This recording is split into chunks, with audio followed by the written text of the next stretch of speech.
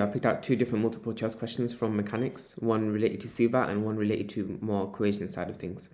So it asks you to find the relationship between the distance traveled, which is y, so let's label that in our Suvat, about an object that's falling freely due to gravity. So if it's falling freely due to gravity, that means it's accelerating downwards.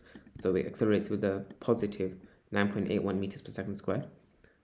Okay, it's traveling from rest, which means that u is equal to 0. And it says that x represents the time taken as it's falling. The equation which links SU, A, and T is this equation, which is why I've written it out.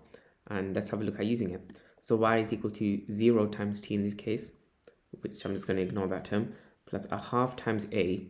A half times 9.81 is 4.905, and t squared. T is x, so that's x squared. Now, which one of these relationships links to this equation that we formed? It's option A, y is proportional to x squared. Let's now move on to the second question. So it's given you a force.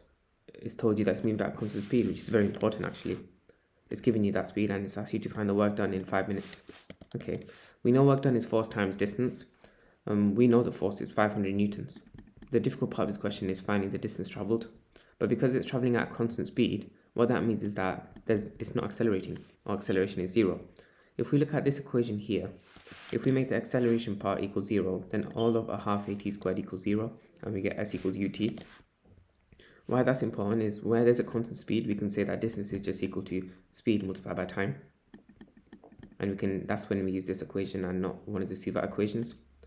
So we can replace this distance with speed multiplied by time, and we can say the work done is 500 newtons multiplied by the speed traveled, which we do have to convert into meters per second, by multiplying by 1,000 and then dividing by 3,600, because there's 3,600 seconds in 1 hour, and then you multiply all of that by the time it travels for, which is 5 minutes, which you do have to actually convert to seconds by multiplying by 60.